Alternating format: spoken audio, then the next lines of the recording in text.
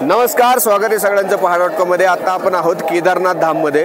केदारनाथ धामच्या दर्शनासाठी आपण आलेलो होतो। खरं तर 27-28 किलोमीटरचा ट्रेक पार करून आपण केदारनाथ धामच्या दर्शनाला आलोय। भारतातील एक महत्त्वाचं 12 ज्योतिर्लिंगांपैकी एक असणारं हे केदारनाथाचं मंदिर आहे। पाठीमागच्या बाजूला डोंगरावर आपण पाहतोय मोठ्या प्रमाणावर बर्फ पडलेला आहे। खरं तर ऑक्टोबर महिना सुरू आहे आणि ऑक्टोबर महिना म्हटलं की केदारनाथ धामचा पाऊस अतिशय पूर्णतः कमी होऊन जातो, संपून जातो आणि मोठ्या प्रमाणावर थंडीला केदारनाथ धाममध्ये सुरुवात होते। तशीच आता केदारनाथ धाममध्ये खूप मोठ्या प्रमाणावर थंडी पडली आहे। मात्र 31 जुलै रोजी मोठा लँडस्लाइडिंग खाली गौरीकुंड परिसरात झालं होतं। त्या ठिकाणी रस्त्यांचं काम देखील आता झालंय आणि यात्रा पूर्ववत सुरू झालेली आहे। त्यामुळे यात्रेकरूंची गर्दी केदारनाथ धाममध्ये मोठ्या प्रमाणावर असलेली आपल्याला पाहायला मिळते। 2013 मध्ये जी मोठी आपदा आली होती त्यामध्ये हे सगळंच काही वाहून गेलं होतं। मात्र आता पुन्हा सगळं पूर्वस्थितीत येत आहे। मोठ्या प्रमाणावर कन्स्ट्रक्शनची कामं, वेगवेगळ्या या ठिकाणी आश्रम उभे राहत आहेत, ते सगळं पाहायला मिळतंय। केदारनाथ धाम खरं तर 450 वर्ष बर्फामध्ये संपूर्ण झाकून गेलेलं पुरातन काळातील हे मंदिर। आतमध्ये आपण जर पाहिलं तर केदारनाथाची शिवलिंग आहे, त्याचप्रमाणे 5 पांडवांच्या अगदी दगडात आखीव रेखीव कोरलेल्या या सगळ्या मूर्ती आहे। द्रौपदी मातेची मूर्ती आतमध्ये आहे आणि अतिशय सुंदर पद्धतीने असणारं हे संपूर्ण धाम आणि याचा संपूर्ण परिसर मनाला मोहिनी घालतो। खरं तर इतक्या वर्षापासून हे मंदिर या ठिकाणी अगदी आहे तसं उभं आहे। 6 महिने तिथं बर्फ असतो, 6 महिने यात्रा बंद असते। मात्र तरी देखील अतिशय आखीव रेखीव आणि सुंदर पद्धतीचं मंदिर आहे। आपल्याकडे कन्स्ट्रक्शन केलं, पूल बांधले, सरकारी इमारती उभ्या राहिल्या की काही वर्षात त्या कोसळतात, अशी परिस्थिती निर्माण होते। मात्र गेले कित्येक वर्षानुवर्ष हे धाम असंच पवित्र तीर्थक्षेत्र म्हणून आपल्या संपूर्ण भारतामध्ये प्रसिद्ध आहे। याचा नक्कीच तुम्हा आम्हाला अभिमान आहे, असं हे तीर्थक्षेत्र आहे। खरं तर 4 धाम यात्रा आपली सुरू आहे आणि यात्रा उत्सवाच्या या 4 धाम यात्रेच्या निमित्तानं आपलं यमुनोत्री गंगोत्रीचं दर्शन झालेलं आहे। केदारनाथाचं दर्शन आता आपण घेतलेलं आहे आणि पुढे आपण बद्रीनाथाच्या दर्शनाला जातोय।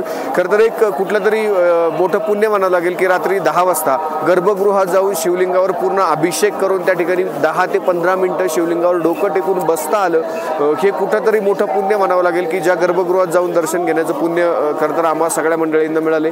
मी तुम्हाला विनंती करतो की नक्की एकदा केदारनाथ धामला या। पाठीमागच्या बाजूला जी भीमशिळा आहे, ती भीमशिळा नक्की तिथं कधी आली, त्याचं नेमकं काय ते देखील आपण पाहायला जाणार आहोत। तोपर्यंत पाहत राहा पहाड.com। चला आपण पाहूया भीमशिळा। ही जी भीमशिळा आहे ही ती भीमशिळा आहे जी 2013 मध्ये जेव्हा मोठं लँडस्लाइडिंग झालं, 2 वर्ष केदारनाथ धाम बंद राहिलं, त्यावेळी ही भीमशिळा ह्या हिमालयाच्या डोंगरातनं खाली आली होती। हा जो हिमालय आहे मोठ्या प्रमाणावर बर्फ या ठिकाणी पडलेला आपल्याला पाहायला मिळतोय। या ठिकाणी मोठ्या प्रमाणावर भूस्खलन झालं, लँडस्लाइडिंग झालं। 2013ची ही गोष्ट आहे जी प्रत्येकाच्या काळजामध्ये घर करून बसलेली आहे। सगळ्यात मोठी भारतातली आपदा ही आली होती आणि त्यावेळी जे सगळं काही राडारोडा खाली आला, संपूर्ण हा केदारनाथ धामचा परिसर संपूर्ण वाहून गेला। मात्र त्यावेळी हा इतका मोठा अवाढव्य हा दगड, ही भीमशिळा त्याच वेळी ह्या डोंगरातनं खाली आली आणि या ठिकाणावर येऊन ती थांबली आणि ह्या ठिकाणावरती शिळा येऊन थांबल्यानंतर जे पाणी आलं होतं ते ह्या शिळेच्या दोन्ही बाजूने डायव्हर्ट झालं आणि मंदिराला कुठलीही इजा झाली नाही। ही ह्या भगवंताची लीला, ही ह्या भगवंताची लीलाच म्हणावी लागेल, असंच मी या निमित्ताने सांगेल। मोठ्या प्रमाणावर थंडी आहे, सकाळचे 6 वाजलेत आणि या थंडीत या ठिकाणी केदारनाथ धामचं दर्शन घेताना अतिशय सुंदर वाटतंय। मी पुन्हा सगळ्यांना विनंती करेल की नक्की एकदा आपल्या आयुष्यात 4 धाम करा, केदारनाथचं दर्शन घ्या। पाठीमागचा बर्फ जो आहे तो अगदीच मनाला मोहून टाकणार आहे, त्याच्याकडे अगदीच पाहत राहावं असं वाटतं।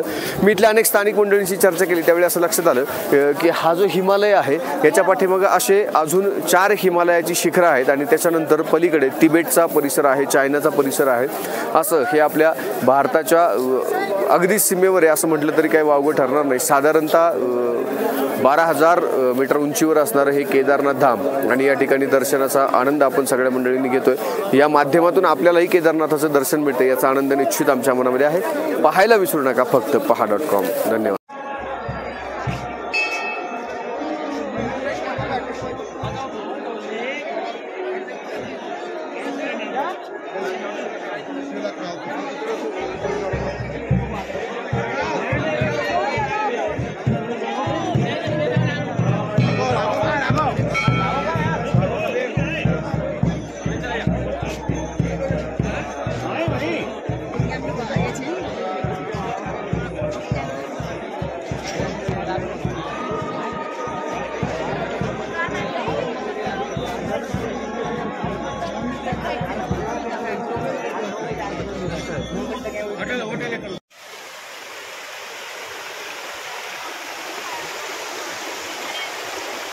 ପାଣି କମ ଥଣ୍ଡା ହାତ ମାରିବନି ପାଣି ପାଣି ପିଇବନି ପେଟ ଗରମ ହେଇକି ବର୍ତ୍ତମାନ